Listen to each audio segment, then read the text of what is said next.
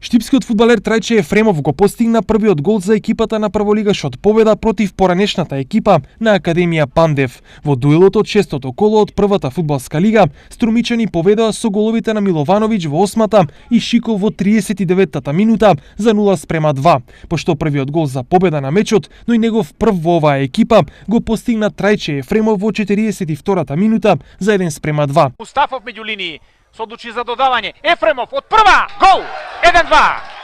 Над преварот од гол само 2 минути по примениот.